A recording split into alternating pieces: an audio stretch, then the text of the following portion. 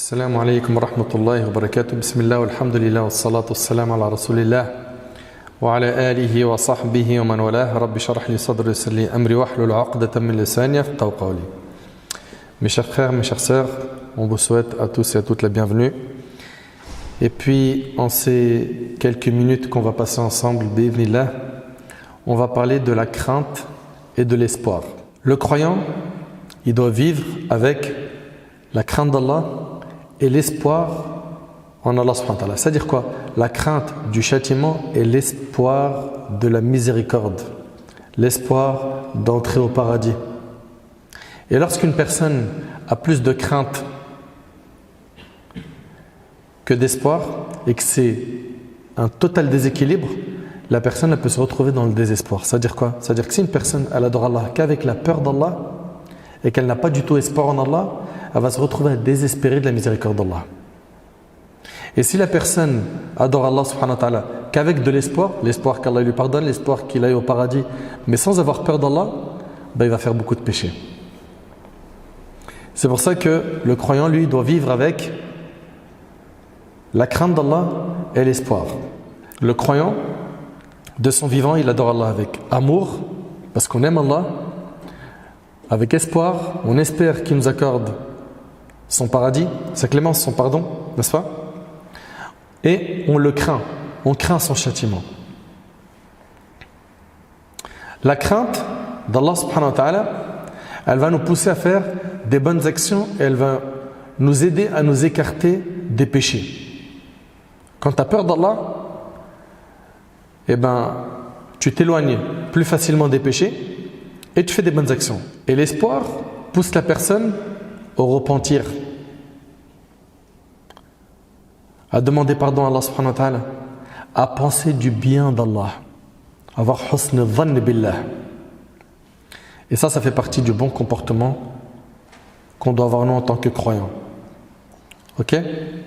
Mes chers frères et sœurs, je répète, on doit vivre avec la crainte d'Allah et l'espoir de sa miséricorde. Et écoutez bien s'il vous plaît, de notre vivant, quand on est en bonne santé, on a dit qu'on doit avoir la crainte et l'espoir. Mais quand tu es en bonne santé et que tu es vivant, il faut que ta crainte, elle dépasse ton espoir. Ok? Et au moment où tu es sur ton lit de mort, dans une maladie qui est très grave, à ce moment-là, il faut plus d'espoir que de crainte. Pour ne pas mourir en ayant quoi? Une mauvaise opinion d'Allah subhanahu wa ta'ala. Parce que c'est ce que le diable veut du croyant au moment de sa mort, qu'il pense du mal de son Seigneur Azza wa Jal. Ok? Très bien. Mes chers frères et sœurs, on va commencer d'abord, dans un premier temps, par vous parler de la crainte d'Allah subhanahu wa ta'ala, le fait d'avoir peur d'Allah. C'est vrai que quand on entend avoir peur d'Allah, ben, quelqu'un qui ne connaît pas l'islam, il peut se dire quoi? Oh là là, c'est une religion qui aborde les musulmans que par la peur. Non. On a besoin de la crainte d'Allah parce que ça va nous aider à nous écarter des péchés. Et on a besoin de l'espoir. Pourquoi? Pour nous repentir et penser du bien d'Allah subhanahu wa ta'ala. Donc, nous sommes équilibrés, on a besoin des deux. Et on va commencer dans un premier temps par vous parler des textes et des histoires qui parlent de la peur. Puis après, on va finir par l'espoir, Inch'Allah. Al-Fudayl ibn Iyad. Al-Fudayl ibn Iyad, rahimahullah, il a dit Man khaf Allah dallahu al-khawf ala kulli khayr. Il a dit quiconque craint Allah, la crainte d'Allah va le guider vers tout bien. Wa kullu qalbin laysa fihi khawf Allah. Écoutez bien.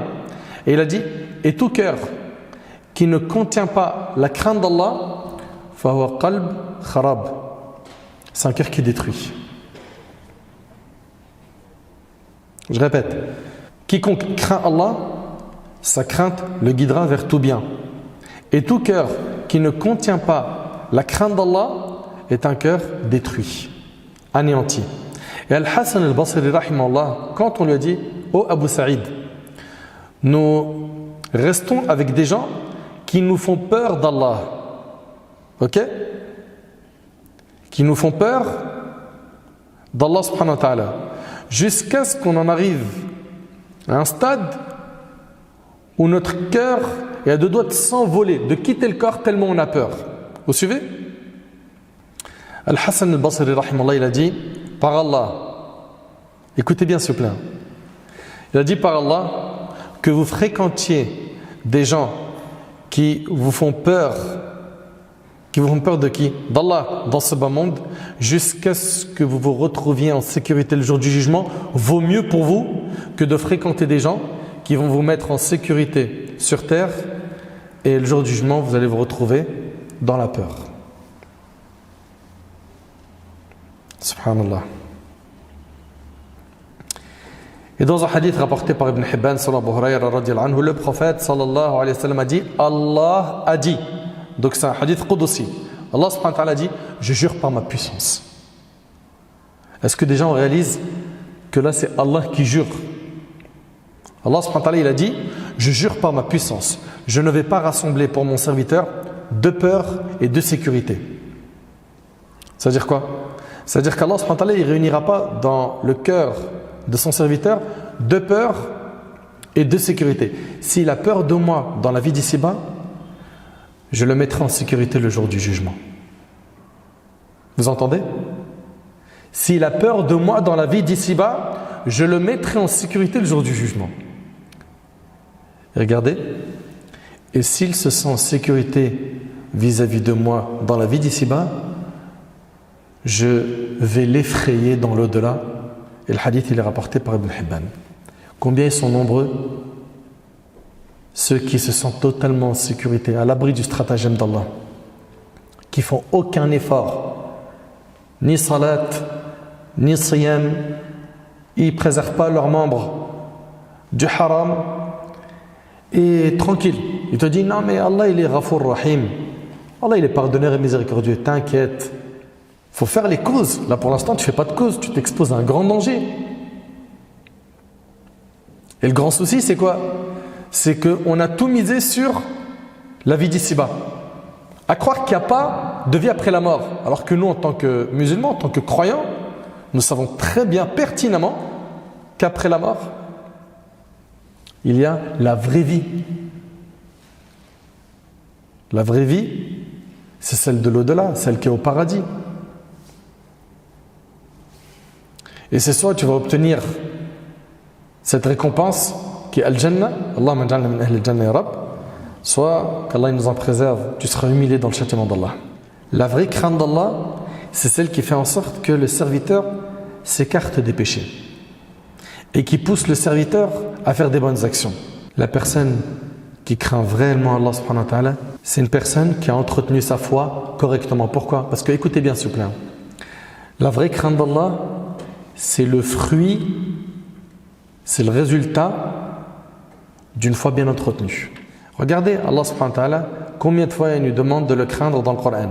Allah tabaraka wa ta'ala il dit innama dhalikum ash-shaytanu yukhawwifu awliya'ah fala takhafuhum wa khafuni in kuntum mu'minin. C'est le diable qui vous fait peur de ses adhérents. N'ayez donc pas peur d'eux, mais ayez peur de moi si vous êtes croyants. Donc Allah subhanahu wa ta'ala il nous invite à le craindre. Et regardez avec moi ce qu'Allah tabaraka wa ta'ala nous dit dans le Coran. وَكَذَلِكَ أَخْذُ رَبِّكَ إِذَا أَخَذَ الْقُرَى وَهِيَ ظَالِمَةٌ إِنَّ أَخْذَهُ أَلِيمٌ شَدِيدٌ إِنَّ فِي ذَلِكَ لَآيَةً لِمَنْ خَافَ عَذَابَ الْآخِرَةِ ذَلِكَ يَوْمٌ مَجْمُوعٌ لَهُ النَّاسُ وَذَلِكَ يَوْمٌ مَشْهُودٌ وَمَا نُؤَخِّرُهُ إِلَّا لِأَجَلٍ مَعْدُودٍ يَوْمَ يَأْتِي لَا تَكَلَّمُ نَفْسٌ إِلَّا بِإِذْنِهِ فَمِنْهُمْ شَقِيٌّ وَسَعِيدٌ فأما الذين شقوا ففي النار لهم فيها زفير وشهيق خالدين فيها ما دامت السماوات والأرض إلا ما شاء ربك إن ربك فعال لما يريد وأما الذين سعدوا ففي الجنة خالدين فيها ما دامت السماوات والأرض إلا ما شاء ربك عطاء غير مجذوذ. سبحان الله. Allah subhanahu wa ta'ala il nous dit quoi? Telle est la rigueur de la prise de ton Seigneur quand il frappe les cités lorsqu'elles sont injustes. Son châtiment est bien douloureux et bien dur. Regardez là il dit quoi? Son châtiment est bien douloureux et bien dur. Il y a là un signe pour celui qui craint le châtiment d'Allah. C'est un jour où les gens seront rassemblés. Et c'est un jour solennel, attesté par tous. Et nous le retardons que pour un terme bien déterminé. Le jour où cela arrivera, nulle âme ne parlera qu'avec sa permission, avec la permission d'Allah. Personne ne parlera le jour du jugement à part ceux qui ont reçu la permission d'Allah. Il y aura des damnés et des heureux, des gens qui seront malheureux et des gens qui seront heureux. Ceux qui seront damnés seront dans le feu où ils ont des soupirs et des sanglots pour y demeurer éternellement tant que dureront les cieux et la terre, à moins que ton Seigneur décide autrement, car ton Seigneur fait absolument tout ce qu'il veut. Et quant aux bienheureux, ils seront au paradis pour y demeurer éternellement tant que dureront les cieux et la terre, à moins que ton Seigneur n'en décide autrement. C'est là un don qui n'est jamais interrompu.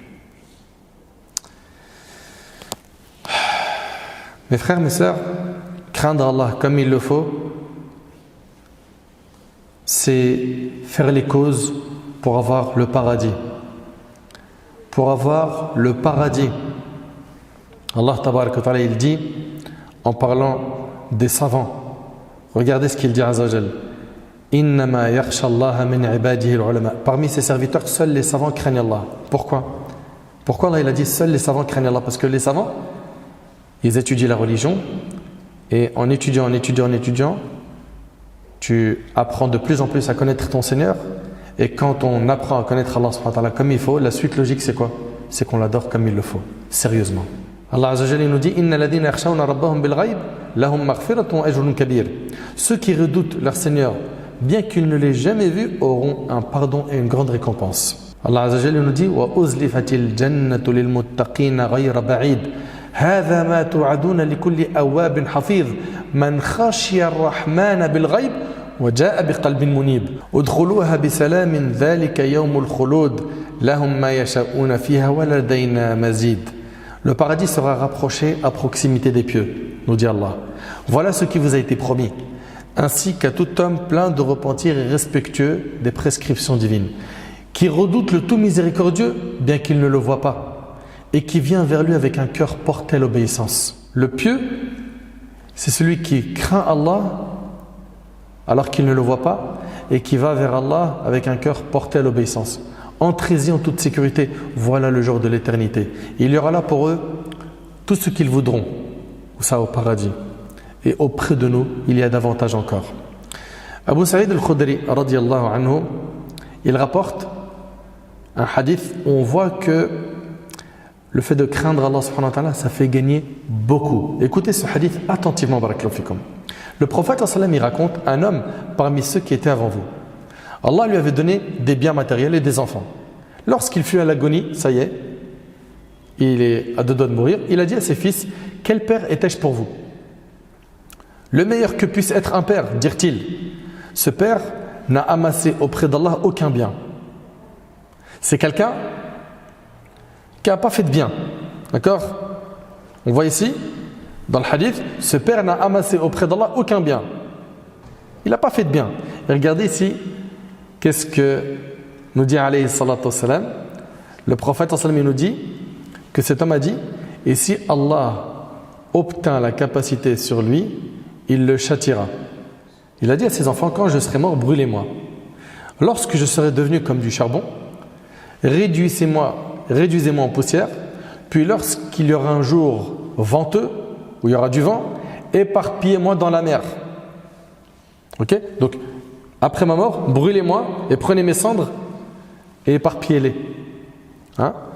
Dans la mer, ils prirent leur engagement, ils firent ainsi, puis éparpillèrent ces cendres un jour de vent. Allah subhanahu wa ta'ala lui a dit, kun, sois.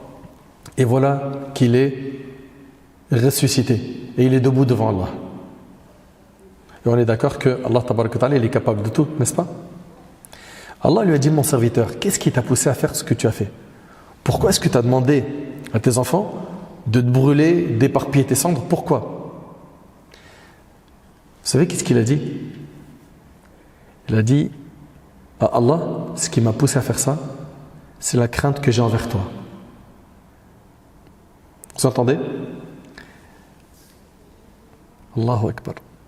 Puis à ce moment-là, Allah tabaraka wa ta'ala lui a fait miséricorde et il a été accueilli dans son pardon. Et le hadith il est rapporté par Bukhari Muslim. Subhanallah, c'est impressionnant. Maintenant, il faut comprendre une chose, c'est que beaucoup de gens, malheureusement, n'ont pas peur d'Allah. Il se dit, de toute façon, regarde, on est jeunes, laisse-nous on fait nos kiffs. Ok, de toute façon, on a vu les grands du quartier, on a vu les gens comment ils font sur les réseaux sociaux, etc., etc. Nous, on veut faire comme eux. Je sais que ce que je fais, c'est pas bien, mais tranquille, on a le temps. Un jour, Inch'Allah, je serai pieux, je serai bien. Et ces gens-là, malheureusement, ils n'ont pas craint Allah comme il le faut. Allah, tabarak wa ta'ala, il dit Afa aminu makar Allah, fala ya'manu makar Allah, illa al-qawmul khasirun. Sont-ils à l'abri du stratagème d'Allah? Seuls les gens perdus se sentent à l'abri du stratagème d'Allah. Mon frère, ma soeur, ne sois jamais à l'abri du stratagème d'Allah. Et rappelez-vous que les cœurs des humains sont entre les deux doigts du miséricordieux, il les fait changer d'état quand il le veut. Et dans le hadith de Tirmidhi, hadith Anas, radiallahu anhu, le prophète sallam disait fréquemment: ô toi qui fais tourner les cœurs, affermis mon cœur sur ta religion. Il faisait dua tout le temps de rester sur ce chemin, alayhi salatu wasallam, le chemin du dîn. Et il y en a, ils pensent c'est un acquis. Aujourd'hui, je prie, ça y est, ça ne bouge pas. Je vais rester sur le chemin de la piété jusqu'à ma mort. Anas, il a dit: ô messager d'Allah, nous avons cru en toi et en ceux avec quoi tu es venu. As-tu peur pour nous? Et le prophète sallam a dit: oui, certes, les cœurs sont entre deux doigts parmi les doigts d'Allah. Il les fait tourner comme il le veut. Comprenez que craindre Allah, c'est nécessaire et il ne faut jamais être à l'abri du stratagème d'Allah. Pourquoi? Parce que tu peux faire des bonnes actions à un certain moment, ok? Puis après, malheureusement, tu prends le chemin des gens de l'égarement, des gens de l'enfer, wal'iyadhu billah, et tu te retrouves à avoir la pire des fins. Et subhanallah, sachez une chose, c'est que le plus important dans notre vie, c'est notre fin. Ta fin, c'est le résultat de tous les calculs que tu as fait dans ta vie. Si tu as fait des bons calculs, bi'idhnillah, tu as une bonne fin. Si tu as fait des mauvais calculs, ta fin elle est atroce. Le prophète alayhi salatu wassalam, il nous dit dans le hadith rapporté par Bukhari Muslim selon Abdullah ibn Mas'ud radhiyallahu anhu: je jure par celui en dehors duquel il n'y a aucune divinité, l'un d'entre vous peut agir comme agissent les gens du paradis, au point qu'il ne reste plus qu'une coudée le séparant du paradis, puis être rattrapé par le destin, agir comme les gens de l'enfer et finalement y entrer. Il faut toujours rester prudent, vigilant, parce que tu peux basculer même au dernier moment de ta vie.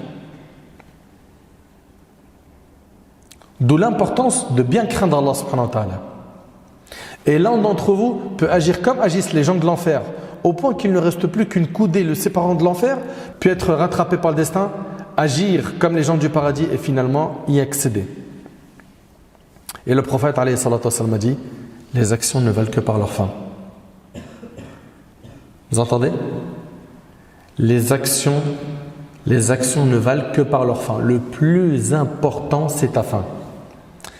Et comme l'a dit Ibn Kathir rahimahullah, toute personne qui vit sur une chose mourra sur cette chose. Tu vis sur l'obéissance d'Allah, tu t'accroches à ta religion, tu tiens ton dîn fermement, bi'idhnillah, tu vas mourir sur ce chemin. Et toute personne qui meurt sur une chose sera ressuscitée sur cette dernière. Comprends donc que tu as deux choix. Si tu vis sur le chemin de l'obéissance, tu vas mourir sur une bonne action et tu seras ressuscité sur la bonne action. Ou bien, tu vas vivre sur le péché, tu vas mourir sur le péché et tu vas être ressuscité sur le péché. C'est chaud. Il y avait un homme, subhanallah, c'était un mu'adhin. Il faisait l'adhan à la mosquée. Il a demandé à ses enfants, alors qu'il était vraiment très malade, il était mourant, il leur a dit: accompagnez-moi à la mosquée, je vais faire l'adhan. Aidez-moi à faire les ablutions. Il a dit: j'ai envie de faire le adhan, j'ai envie de rentrer à la mosquée, prier à la mosquée. Et subhanallah, il n'a pas réussi. Ok? Il n'a pas trouvé la force qui lui permet d'aller à la mosquée. Alors il a dit à ses enfants: ben, je veux au moins faire l'adhan pour la prière que je vais prier à la maison. Ok? Et donc il a fait l'adhan et au moment où il arrive à la fin, Allahu Akbar, la ilaha illallah, il est tombé sur son lit et il est mort. Je ne sais pas si vous arrivez à réaliser sa fin. C'est des personnes qui ont été constantes dans fi'al al-khayr, dans le fait de faire le bien. Et comme récompense, ils ont eu une bonne fin. Et d'autres personnes, ma'aliyadhu billah, ils sont morts les pires des morts. Il y a des histoires, j'en ai à l'appel. À l'appel. Enfin, j'aimerais que vous compreniez que il faut faire le nécessaire pour bien craindre Allah. Et la plus grande clé qui va nous permettre de craindre Allah, vous savez c'est quoi? C'est le fait de bien connaître Allah. Parce que plus tu vas le connaître, plus tu vas avoir de la pudeur de lui désobéir.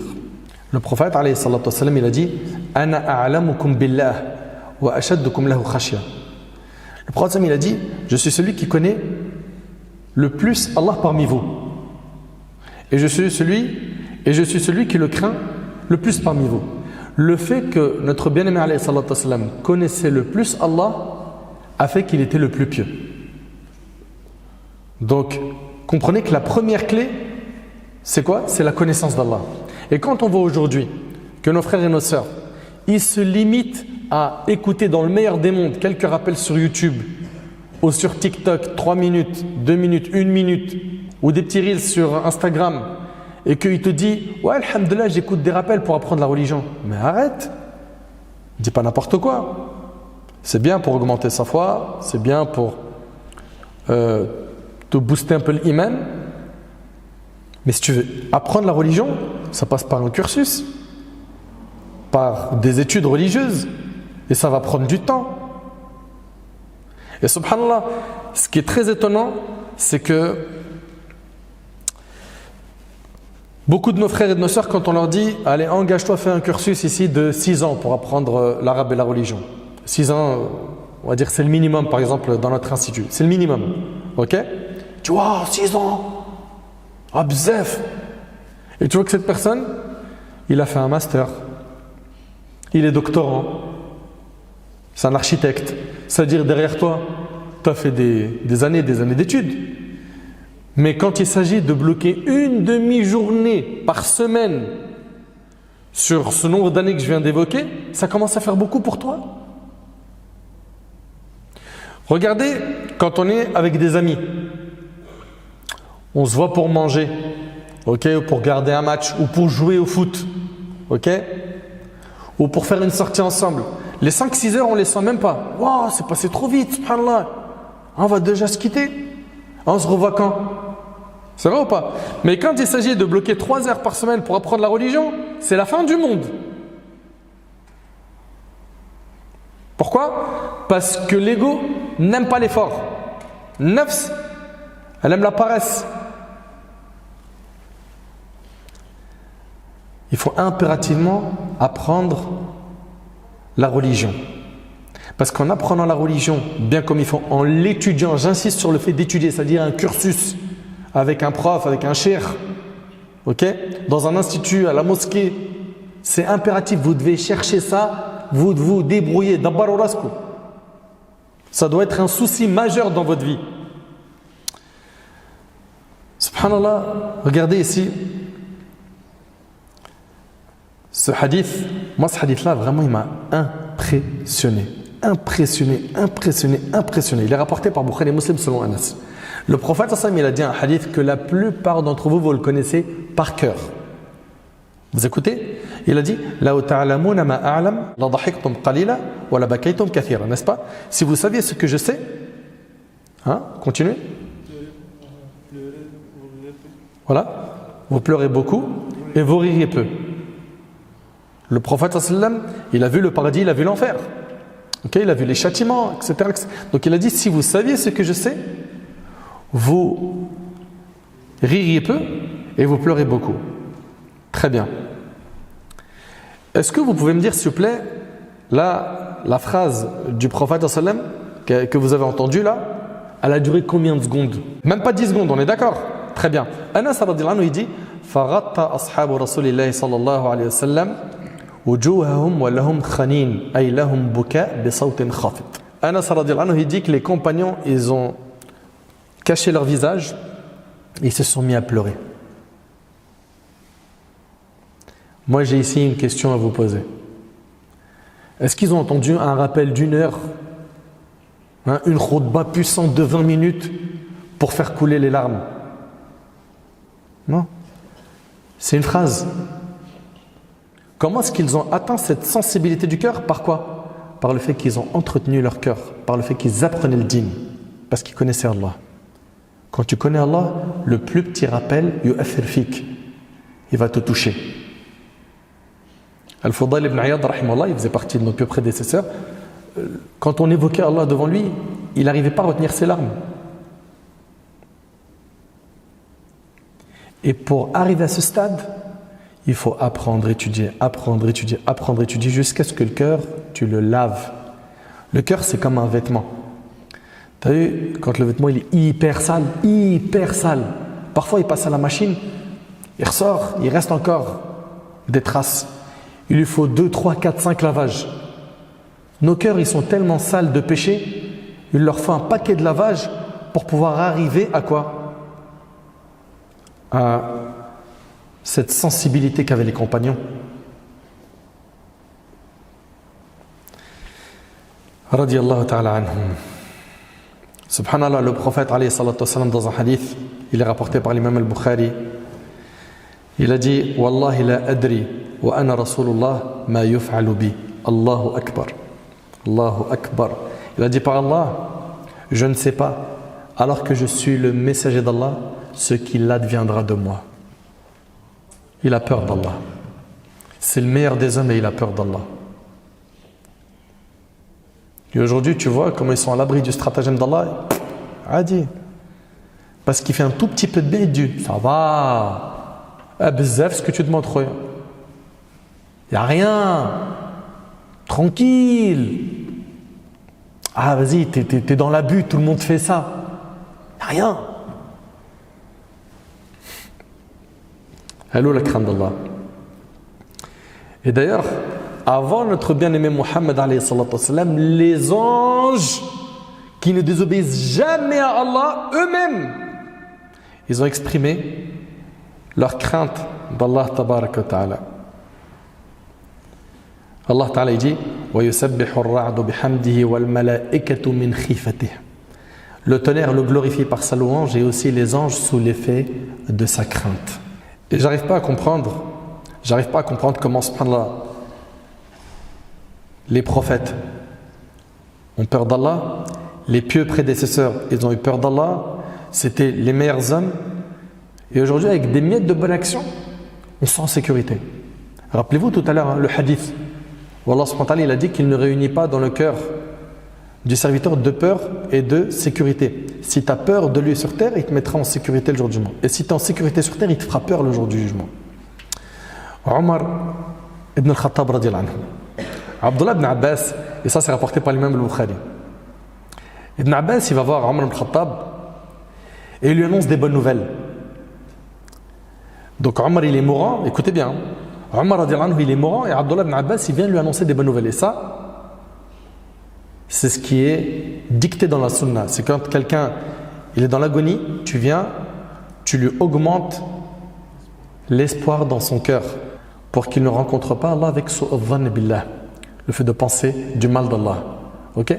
Donc ici, Ibn Abbas, il va voir Omar, mais Omar ibn Khattab radiyallahu anhu, mais c'est quelqu'un d'exceptionnel. C'est vrai ou c'est pas vrai?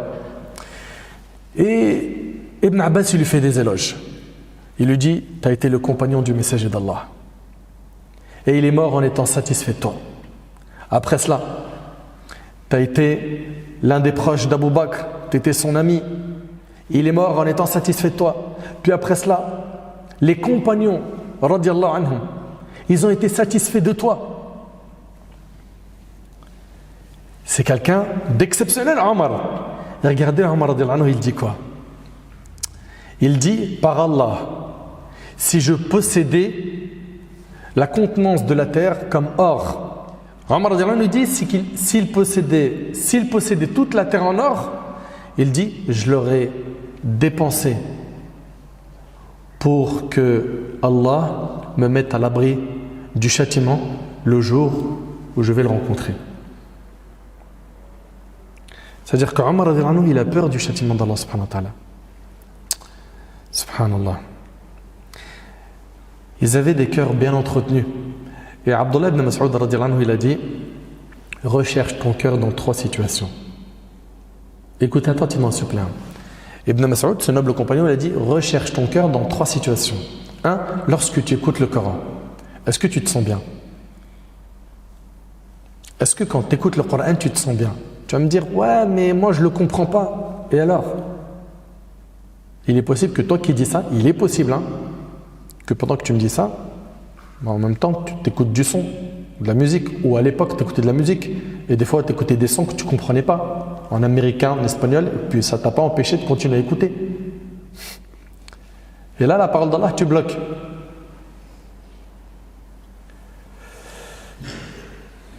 Qu'est-ce que c'est triste de voir aujourd'hui qu'on écoute de moins en moins le Coran, qu'on le lit de moins en moins, et qu'on va aller écouter les nouveaux clips, ok? Ou dans le meilleur des mondes, certains ils vont écouter quoi? Des anachid. Tu te dis, moi j'écoute des chants religieux, ok? Mais t'as pas remarqué que tu as remplacé le Coran par les chants religieux? Tu n'écoutes plus de Coran. Tu es tombé dans un piège satanique. C'est terrible. Et comment ça se fait que certains, quand ils écoutent le Coran, subhanallah, leur cœur se crispe. Ils veulent tout faire pour esquiver cette assemblée, ou éteindre le poste, ou baisser le son. Et si c'est une chaîne télévisée, on change la chaîne. Et les prétextes, il y en a. Attends, excuse-moi juste, les infos, vite fait. Les infos. Puis quand tu regardes les infos. Et puis voilà, des prétextes. Normalement, quand tu écoutes le Coran, ton cœur il vole de joie. Tu es trop content, tu es bien, tu es apaisé. Ala bi dhikrillah tatma'innul qulub. Allah subhanahu wa ta'ala dit, n'est-ce pas, avec le rappel d'Allah, que les cœurs s'apaisent. Donc, Ibn Mas'ud dit, recherche ton cœur dans 3 situations. 1. Lorsque tu écoutes le Coran. 2. Lorsque tu es dans les assemblées de rappel d'Allah. Les endroits où on parle d'Allah. Comment tu te sens? Bien? Alhamdulillah. Mal? Ton cœur il a des problèmes. Et ensuite il a dit 3. Et lorsque tu es seul, ton cœur il est comment? Quand tu es tout seul, tu as ton smartphone, ok?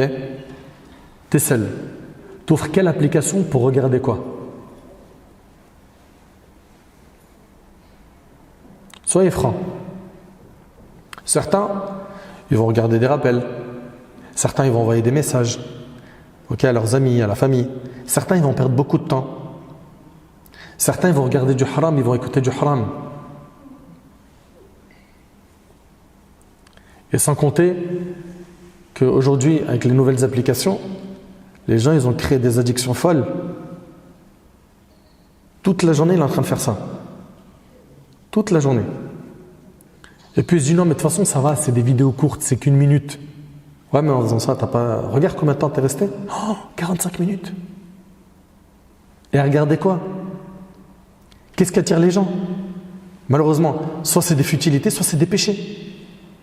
Illa man rahimallah, sauf ceux à qui Allah a fait miséricorde. Allez, tiens, un live sur TikTok, allez hop. Faut avoir une vie vraiment éclatée, ennuyeuse. Vraiment. Non, mais c'est vrai ou pas? Faut vraiment avoir une vie totalement éclatée pour garder la vie des autres. Occupe-toi de ta vie.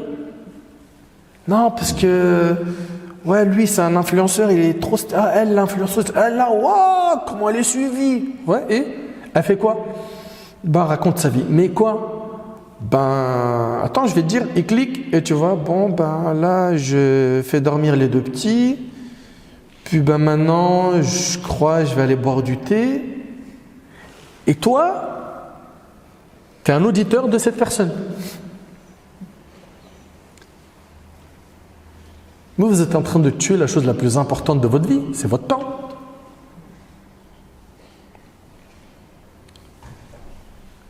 Subhanallah, t'imagines au moment de la mort, Allah subhanahu wa ta'ala nous dit que certains vont demander quoi? Laoula akhartani ila ajalin qarib. Ya Allah, si tu pouvais m'accorder un délai, donne-moi un délai, prends pas mon âme maintenant. Pourquoi? Fa as-saddaq wa akum min as-salihin, afin que je fasse l'aumône et que je fasse partie des gens pieux.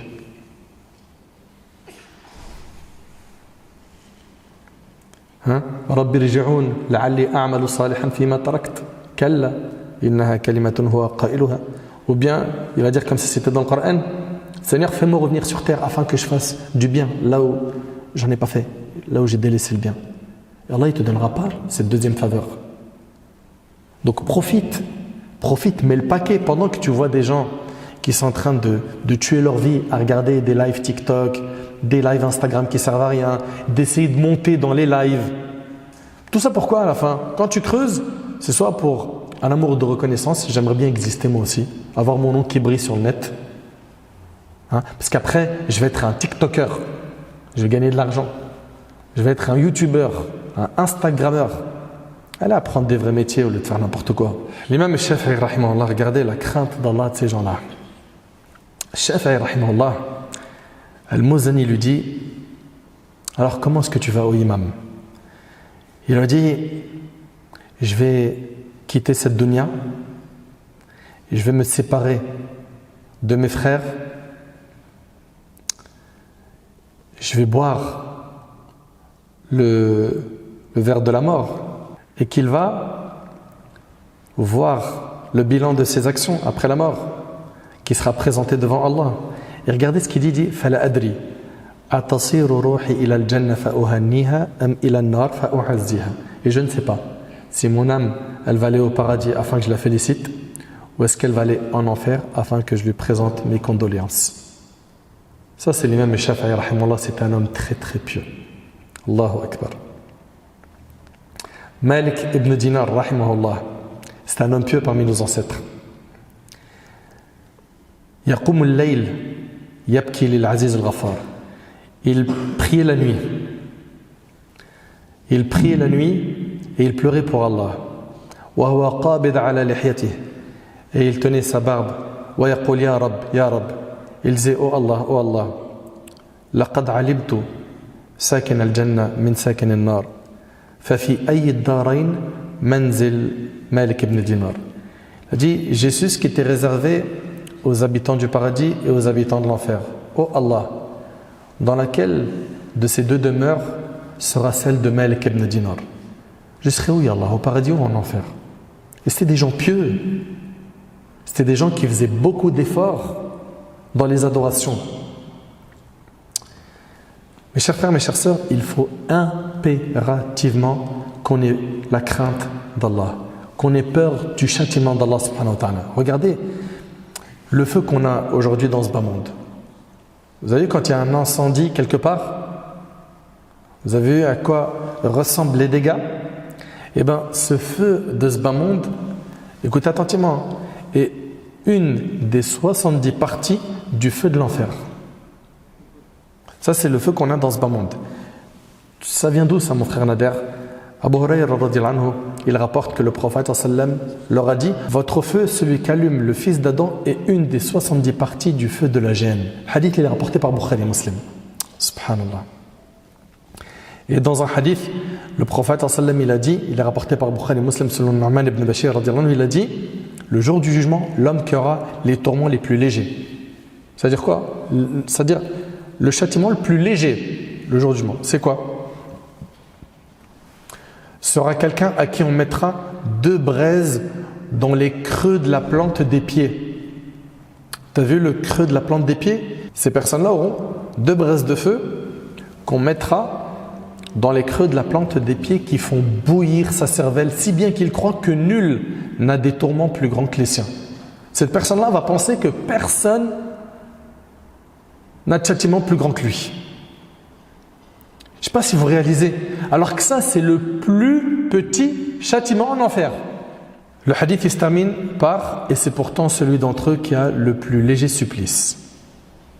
D'après Abu Hurayra radhiyallahu anhu, ce hadith-là, il est rapporté par l'imam al-Bukhari.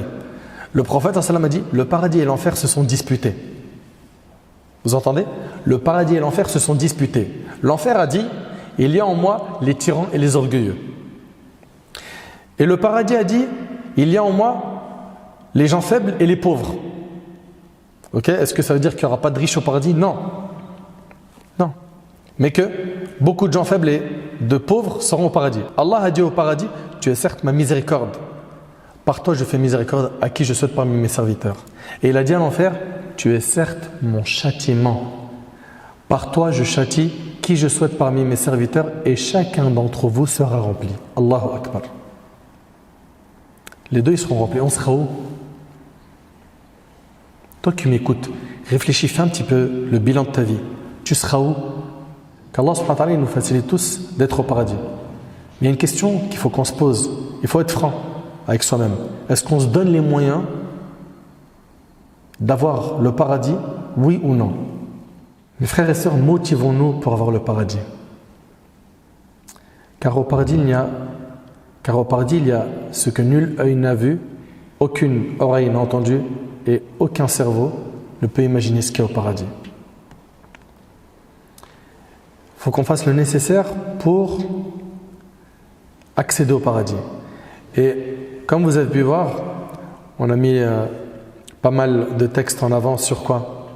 Sur la crainte d'Allah. On va maintenant vous parler de l'espoir, du fait d'espérer en Allah subhanahu wa ta'ala afin que personne pense que c'est totalement perdu pour lui. Non.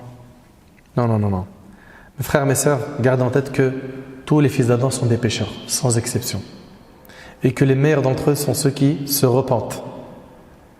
Et Allah subhanahu wa ta'ala, la porte du repentir, il nous l'a laissée ouverte.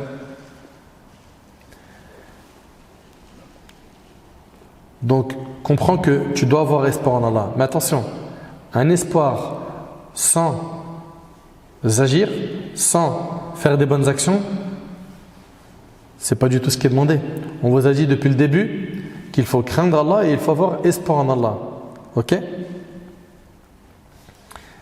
Quelqu'un qui craint réellement Allah, c'est quelqu'un qui va s'écarter des péchés, vous vous rappelez? Qui va faire les bonnes actions. Quelqu'un qui va espérer en Allah, il va faire quoi? Il va se repentir, n'est-ce pas? Et il va avoir une bonne opinion d'Allah tabarak wa ta'ala. C'est de cette manière, et c'est de cette manière qu'on a un équilibre dans notre pratique religieuse.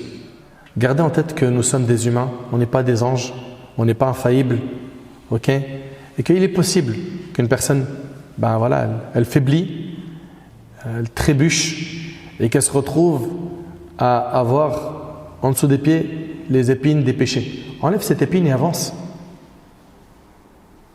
Enlève cette épine et avance. La garde pas sous ton pied, ok? Il y a des gens, à l'époque de Hassan al-Basri, ça lui a été rapporté. Ils n'agissaient pas, ils ne faisaient pas de bonne action, ok? Ils ne faisaient pas de bonne action et en même temps, ils misaient tout sur quoi? Sur l'espoir de la miséricorde d'Allah. قالوا نحن نحسن الظن بالله. Ils ont dit, nous, on a espoir en Allah, ok? Et le Hassan al-Basri il a dit, كذبوا, c'est des menteurs. لو أحسنوا الظن لأحسنوا العمل. Si vraiment ils avaient espoir en Allah, ils auraient fait le nécessaire pour faire des bonnes actions. Donc cette histoire de dire, moi, j'ai espoir qu'Allah me pardonne, t'inquiète, j'ai, alhamdoulilah, cette qualité d'avoir espoir en la miséricorde, etc. Mais de l'autre côté, il ne fait rien pour se sauver de l'enfer. Il s'expose à un grand danger. Sache mon frère que peu importe les péchés que tu as faits, la porte du repentir, tant que tu es en vie, tant que tu n'es pas encore arrivé à l'agonie, tu peux effacer tout ça et remplacer ça par des bonnes actions. Et ne remets jamais une bonne action à plus tard. C'est la maladie des gens aujourd'hui, la procrastination. T'inquiète, plus tard. Ok, c'est vrai, pas maintenant. C'est vrai ou pas? Et on repousse les bonnes actions, jusqu'à ce que parfois, c'est trop tard. La personne est partie sans se repentir. Et je le répète, quoi que tu aies fait comme péché, sache que la porte du repentir, elle est ouverte. Allah tabarak wa ta'ala dit قُلْ يَا عِبَادِيَ الَّذِينَ أَصْرَفُوا عَلَى أَنفُسِهِمْ لَا تَقْنَطُوا مِنْ رَحْمَةِ اللَّهِ إِنَّ اللَّهَ يَغْفِرُ الذُّنُوبَ جَمِيعًا إِنَّهُ هُوَ الْغَفُورُ الرَّحِيمُ. Dit ô mes serviteurs qui avaient commis des excès à votre propre détriment, ne désespérez pas de la miséricorde d'Allah car Allah pardonne tous les péchés. Désespère pas de la miséricorde d'Allah. Et Allah il te dit, Allah pardonne tous les péchés. Oui, c'est lui le pardonneur, le très miséricordieux. Et subhanallah, le prophète il a dit dans un hadith rapporté par Muslim, par celui qui détient mon âme dans sa main, si vous ne commettiez pas de péché, si vous ne commettiez pas de péché, Allah vous éradiquerait et amènerait des gens qui commettraient des péchés, ils demanderaient leur pardon et Allah leur pardonnerait. Subhanallah. Et le prophète sallallahu alayhi wa sallam a dit dans un hadith rapporté par Muslim, il a dit, notre Seigneur descend chaque nuit vers le ciel de l'ici-bas lorsqu'il reste que le dernier tiers de la nuit et il dit, qui m'invoque que je l'exauce, qui me demande que je lui donne et qui me demande pardon pour que je lui pardonne. Et dans un autre hadith, le prophète sallallahu alayhi wa sallam il dit, Iblis, Satan, regardez ce que Satan il a dit. Il a dit, je jure par ta puissance. Il a dit ça à qui? À Allah. Regardez ce qu'il a dit. Il a dit à Allah, je jure par ta puissance que je ne cesserai pas d'égarer tes serviteurs tant que leurs âmes seront dans leur corps. Vous entendez? Et Allah a dit alors, je jure par ma puissance et ma grandeur, je ne cesserai de leur pardonner tant qu'ils me demanderont pardon. Allahu Akbar. Allahu Akbar. Ça ouvre la porte de l'espoir, c'est vrai ou pas? C'est pas perdu. Je me souviens, il n'y a pas très longtemps, j'avais eu un frère qui était venu me voir pour se plaindre d'un problème privé. Et à un moment donné, il a craqué, il s'est levé, il s'est mis en colère. Et il m'a expliqué qu'il avait un passé hyper sombre. Et il m'a dit des choses que je n'ai pas envie de répéter. Et tout de suite, je lui dis, ouais, et c'est quoi le message que tu veux me véhiculer là? Que tes péchés ils sont plus grands que la miséricorde d'Allah? C'est ça que tu veux me dire? Je dis, quoi que tu as fait comme péché? Si tu te repens à Allah sincèrement, Allah il te pardonnera. Et regardez ce hadith-là, il ouvre la porte de l'espoir dans le cœur. C'est le hadith de Anas qui est rapporté par Tirmidhi. Le prophète sallallahu alayhi wa sallam il dit qu'Allah tabaraka wa ta'ala a dit, écoutez bien, ô fils d'Adam, tant que tu m'invoques et que tu espères en moi, je t'absoudrai ce qui s'est produit de toi sans me soucier du nombre de tes péchés. Tant que tu invoques Allah et que tu espères en lui, Allah il va te pardonner tes péchés sans se soucier du nombre de tes péchés. T'entends? Ô fils d'Adam, si tes péchés ont atteint les nuages du ciel, puis que tu me demandes de t'absoudre, de te pardonner, je te pardonnerai sans me soucier. Ô fils d'Adam, si tu viens à ma rencontre avec la contenance de la terre comme péché, et tu me rencontres sans rien m'associer, je t'apporterai sa contenance en absolution. La contenance de la terre comme absolution. Subhanallah. Et le hadith il est rapporté par Tirmidhi. Selon Omar ibn Khattab radiyallahu anhu, le prophète sallallahu alayhi wa sallam vint avec un butin.